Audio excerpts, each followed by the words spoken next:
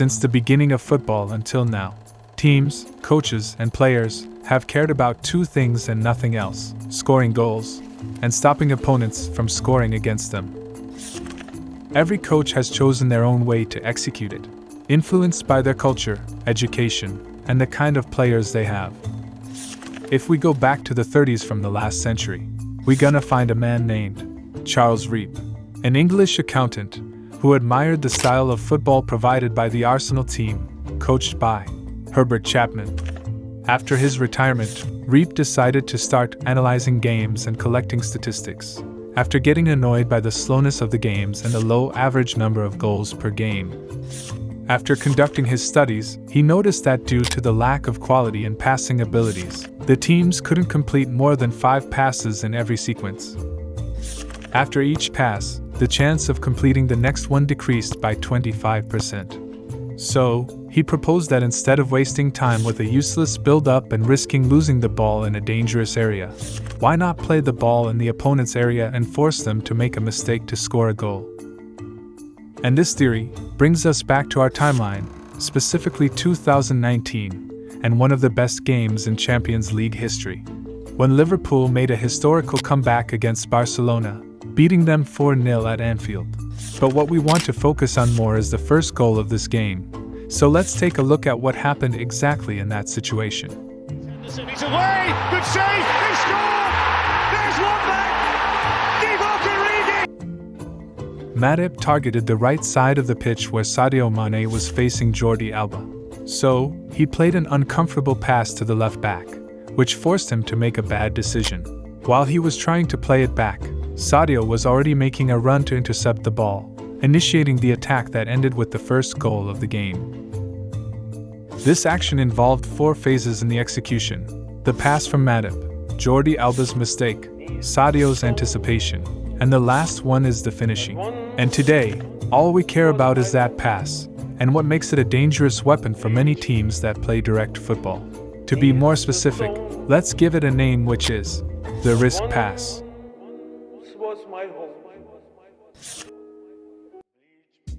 The risk pass is one of the most commonly used techniques in today's football, especially in order to evade the advanced methods of pressing employed by the majority of teams. Even teams like Liverpool, Arsenal, and Manchester City are relying heavily on this technique to reach the opponent's areas. The primary purpose of playing this pass is to deliver the ball to the opponent in an awkward situation, where they can't maintain full control, or to play it to one of their teammates. This forces the opponent into making a mistake under the pressure, as demonstrated in the first example. So what are the conditions to make this operation succeed?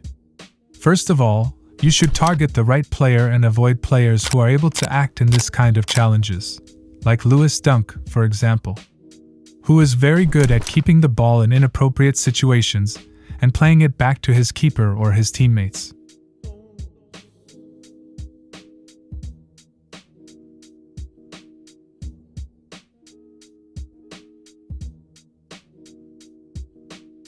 The second thing is to care about the area where you're going to play the ball. The perfect spot is always the space between the defensive line and the goalkeeper, because when the defender follows the ball, he'll turn his back to you, so he won't be able to see you while you're making the run towards him. Also, you should avoid playing it in the middle and target the sides, because in the middle, the ball is more likely to reach the box, and the keeper can grab it with his hands.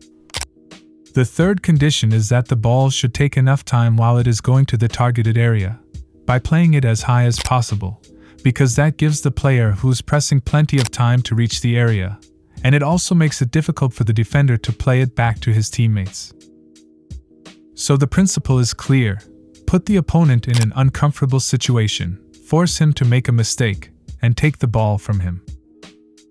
This principle can be executed in different ways. It can be applied through long balls, passes, crosses, or even clearances. Let's look at examples of each type. We'll start with long balls. The first example is the one mentioned in the introduction, Liverpool's first goal against Barcelona. Matip took the first step we discussed, which was choosing the right side and target, Jordi Alba in this case. Matip played a high and slow pass toward him, which made it difficult for Jordi to control it. This also gave Sadio Mane enough time to get close and anticipate the ball's direction, take control of it, and score the first goal. The second situation, which also ended in a goal, involved Kieran Tierney playing a long ball behind Inter's defense.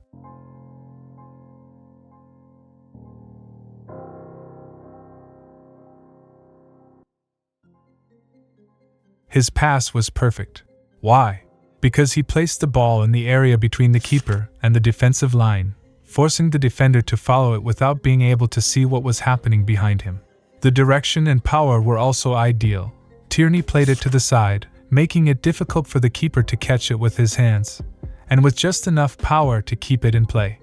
As a result, the defender was forced to track the ball without seeing what was happening behind him, while the Sociedad players made their runs to pressure the defense into a mistake, ultimately taking the ball to score the goal. One of the biggest concerns for coaches is how to reach the opponent's half and force them to drop back with their lines, so the use of the risk pass is not just for scoring. It can also be used for this purpose. Instead of building up from the back with short passes, you can play a long ball into the opponent's area and win it there by respecting the same conditions we talked about before. And that's what we're going to see in the next two situations. Here as well, a high long ball to the side gives the attacking team enough time to prepare for the second ball, and also makes it difficult for the targeted player to control it. The result is that Liverpool creates an attack and reaches the opponent's area with one long ball. Besides long balls, defenders in every game sometimes find themselves in situations where they are forced to make a clearance. But should they just kick the ball anywhere and give the opponent a throw-in? Or can they benefit from the clearance and reduce the damage? Many teams have started working on this point by training to pass the ball in tight spaces to initiate a transition, or play a long ball with the conditions of the risk pass that we discussed. And that's what we're going to see in this example. Reece James found himself forced to make a clearance, but he didn't want to lose the ball just like that. So, he chose a weak side where Zinchenko couldn't have full control of it, and he also played the ball high so it would take a long time in the air, giving Havertz enough time to run and press Zinchenko. Here is an example of a similar situation, where Milner was also forced to make a clearance. He took the same decision that Reece James did, which forced Laporte to make a mistake and kick the ball out. Another example of a clearance using the risk pass is from Alisson Becker. He received a bad pass and decided to clear the danger by kicking the ball into the area between the defense and the keeper. This gave the Liverpool players enough time to move into Arsenal's area, win the ball, and start the attack. The principle of risk pass, as we saw, can be used to reach the opponent's areas, or to create direct chances. It can also be used in assists, and one of the most effective kinds of assists is crosses from the sides. Making crosses using the risk pass principle is a very serious threat for opponents, but what is the best execution of it? On both sides, while making a cross, there is a dangerous area that, if targeted, can cause a lot of trouble for the defense. This area is between the defensive line and the keeper. Defenders face the danger of scoring an own goal by touching the ball, so they mostly let it go without touching it. Additionally, the keeper is forced to stay back to avoid misunderstandings between him and the defenders. If you provide an extra player at the far post, you can cause a lot of damage to the opponent.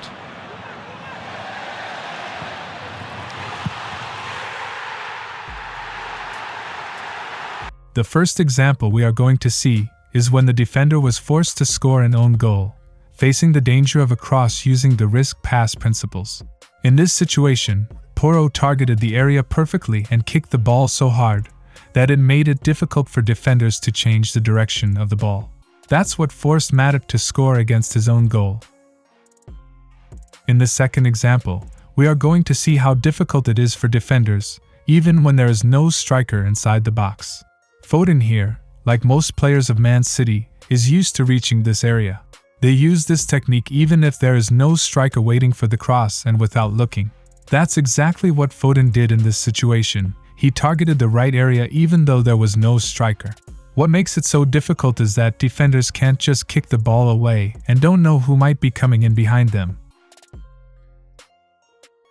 Also, in early crosses, Using this technique is a nightmare for keepers. They are forced to leave the goal and try to stop the ball while a striker is running towards them to win the ball, or at the very least, bother them from catching it. That's what we are going to see in this situation. The fullback made an early cross to the right area, forcing Ederson to make a mistake and fail to catch the ball, which created a serious chance for Brentford. What we can understand after watching all these examples is that the risk pass is not just kicking the ball and running behind it. It is a well-organized chaos that cannot be executed without proper training and enough awareness to choose the right place and type of pass to play the ball, as well as to anticipate where the ball will end up. The end of this video will feature the man who mastered this technique. Using this kind of pass has helped him become one of the best midfielders in history. Kevin De Bruyne and some of his incredible assists using the risk pass principles. De Bruyne into a great area. De Bruyne, awkward. De Bruyne, and Jesus is waiting to pass. From De Bruyne, he's a teaser. De Bruyne, delicious whip, scoring. Kevin De Bruyne with his first goal. De Bruyne, what a city. The pace. Jesus with the finish.